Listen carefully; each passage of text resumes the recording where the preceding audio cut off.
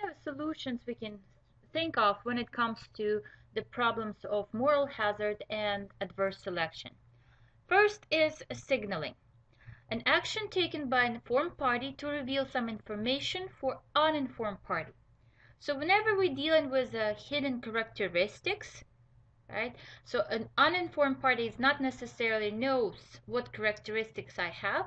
I can send them a signal and reveal some properties of my characteristics. For example, college degree is a signal to your employer that you know what you're doing. It also could be a signal to insurance company that you are a responsible person, that you actually will take care of the car that you're trying to insure. So that's why you see that college students or those with college degree actually have lower premiums when it comes to the insurance than those without the college degree. GPA could be a signal to your employer or to the grad school about what kind of student you were. Carfax report is a signal to a buyer of a used car about car hidden characteristics. Branding is also a signal to consumers about characteristics of the product. We know that Nike shoes are good shoes, right? Because of the brand name. So that company is sending me signal about the shoes that I'm about to purchase. Appearance a lot of times is a signal about you, right? When you go to the interview, with your appearance, you send in a signal to your employer how you're going to treat your job based on how you're treating this particular interview. So signaling helps us to deal with the hidden characteristics problem. Screening. Companies can use screening, right, in order to reveal some information. So it's an action taken by uninformed party to induce informed party reveal in some information. So here it has to say to induce informed party to reveal information. Examples.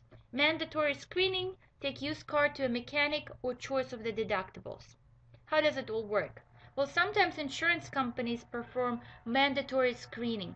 They want to make sure that you're not smoking. So they make you to take smoking test, some kind of a test to be sure that you're less likely to get cancer once you get that insurance. You can ask the seller of a car to take used car to a mechanic or to provide you with some kind of a report, right? So you're forcing them to provide some information for you. By using the choice of deductibles, insurance companies also can reveal some information from you. Insurance companies can get some information from you. Based on the deductible that you want to get, they know what kind of behavior you're going to be choosing. If you choose low deductibles, it means that you're probably thinking that you may get into the accidents more often. As a result, your premium is going to be higher. If you choose very high deductible, it means that you get an insurance just in case. You really believe that you're not going to get in the accident. So you're using that insurance only just for the just in case situations.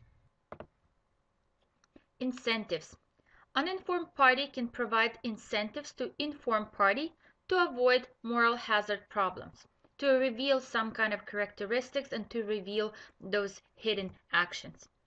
For example, the person you rent in an apartment from can require you to submit a deposit check. Why is it? What's the purpose of it?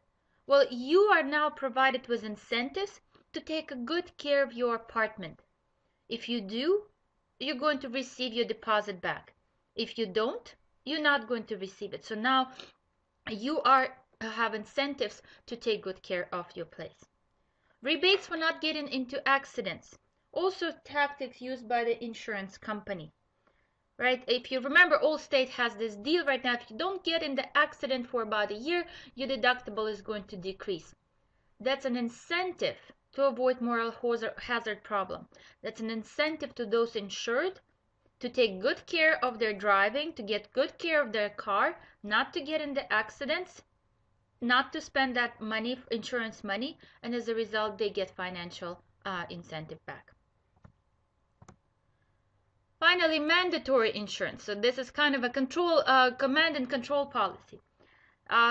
Patient Protection and Care Affordability Act, known to more people as Obamacare, is a way to deal with adverse selection problem. So as we said, during the adverse selection problem exists when people opt out of the insurance when they're not sick and only are seeking the insurance when they are sick. So to avoid that problem, now this insurance is going to be mandatory. So in the way, we're not going to wait until the person is going to get sick and then seek for the insurance. So now they actually have to have an insurance just in case they're going to get sick. So this Obamacare helps us to deal with the adverse selection, but we have to remember that at the same time it may create the moral hazard problem, because now people, that if everybody has an insurance, now everybody is more likely to get involved in the more risky behavior or not to seek preventive care, and as a result get more sick and use the insurance benefits more often than they did before. Mandatory car insurance, another example. We don't want to deal with the adverse selection problem and only have those that have a high chance of getting into the accident to get insurance. That's why we have mandatory car insurance. So just in case you're going to get an accident and hurt somebody, we want to make sure that you have enough means to compensate that person.